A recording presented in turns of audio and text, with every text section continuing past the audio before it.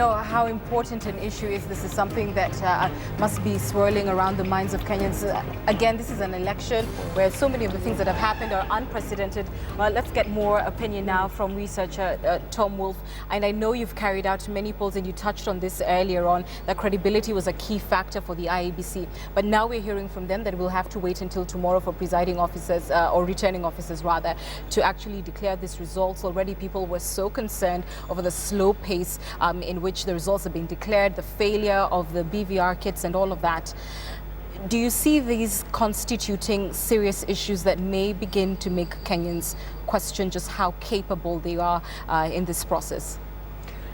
Well, I think given the patience that Kenyan voters displayed yesterday in standing in those long queues, we saw some wonderful footage, I think, from the air, from your team earlier in the evening.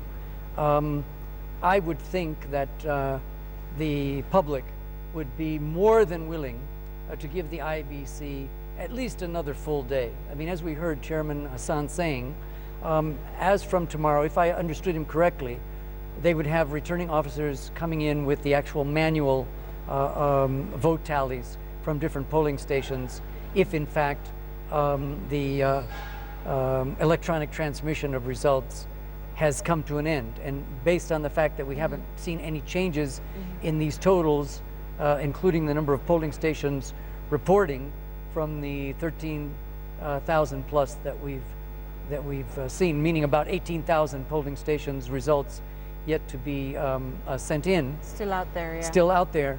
That I would think, as I say, I think the public would be more than willing, especially after everyone was up late last night, or many people were, to get an early night tonight and see tomorrow how fast the official announce can start to be released. So in your opinion, still early days, still a lot of the vote out there. Even this, if you like, the consideration of this error margin may not necessarily be a very huge deal, considering how much of the ballot is yet to be counted. Absolutely. I mean, if we've got around 43% of the expected total vote in, and I haven't checked that figure, I've just seen it on your screen, it means that about 60% of the vote is still out there in terms of not being counted yet. It may well be, by the time that vote is in, that either one of the leading candidates has such a big lead that even if all those rejected votes were actually examined and then allocated to one candidate or another, it wouldn't make any difference. I mean, we know. Yeah, based on the voting pattern from the majority of the vote. So you are saying that there is a precedent where if it was significant, that we would actually scrutinize individual ballots and see where they are located? I mean, that I think would be subject to a legal challenge. Obviously the candidate was trailing would presumably want that to happen, although I can't prejudge their legal advice or constitutional advice. The candidate who was ahead would probably not want that to happen. I mean, we saw this go all the way to the United States Supreme Court in 2000 in the election of George Bush versus Al Gore. Yeah, in the Florida case. Yes, it was a 5-4 decision, split down party lines. You could say down tribal lines, if you want to call Democrats and Republicans two tribes in my country. And the final verdict in favor of George Bush gave him a victory with just 537 votes in the state of Florida, which many Democrats up to today would call a stolen election.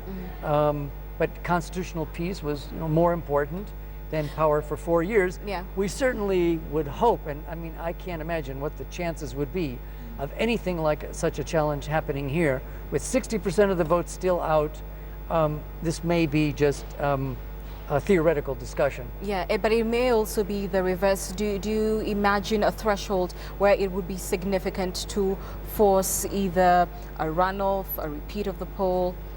Well, it could be. I mean, I saw one calculation, I don't know if this is authoritative, but with the figures that we have now, if this in fact were the final tally, if all votes were in and counted,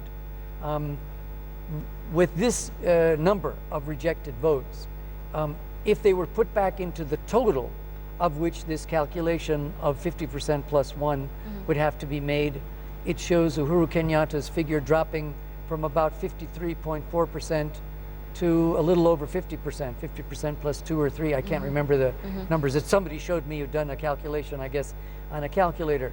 That's still enough for a constitutional first round victory. But so in your opinion, there isn't a threshold of as far as the percentage of spoiled ballots that would force this? it would all depend on a combination of that with the actual gap between the two leading candidates, or in fact, how far above 50% any candidate is. It seems to me, with the number of rejected ballots that we have so far, I can't remember what James said, but I think it's around 300,000, maybe a little less. If we get up to the expected turnout total figure of people who went to vote of around 10.2 million, 10.1, 10.2 million, we might get somewhere between 400 and 500,000 rejected ballots. That's quite a substantial number.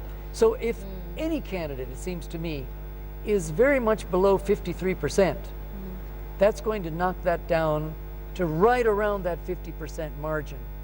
So we hope that this can get straightened out tomorrow. If they need to go back and look at those ballots and see how many can be sort of rescued and determined one way or the other to reduce the pile of the rejected ones.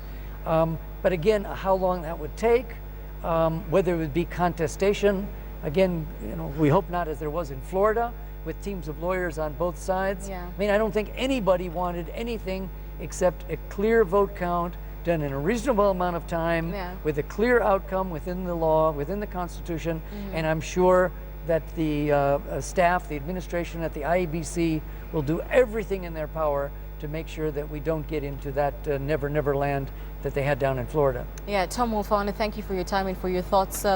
Certainly, I think the one thing that Kenyans, we have to allow ourselves is the fact that this really is a completely new process. We have a new set of laws, and certainly there were going to be challenges and complicated, and to sincerely hope that, of course, the main candidates in this race would deal with this matter with a lot of consideration of the state of the country, and certainly really all eyes are on Uhuru Kenyatta and TNA and the Jubilee Coalition, because they are the ones who stand to lose once we see these calculations coming in, or at least they stand to see a considerable drop in terms of that gap between themselves and the court candidate Raila Odinga, a situation we're monitoring closely for you. Another gentleman who's on top of it is KTN's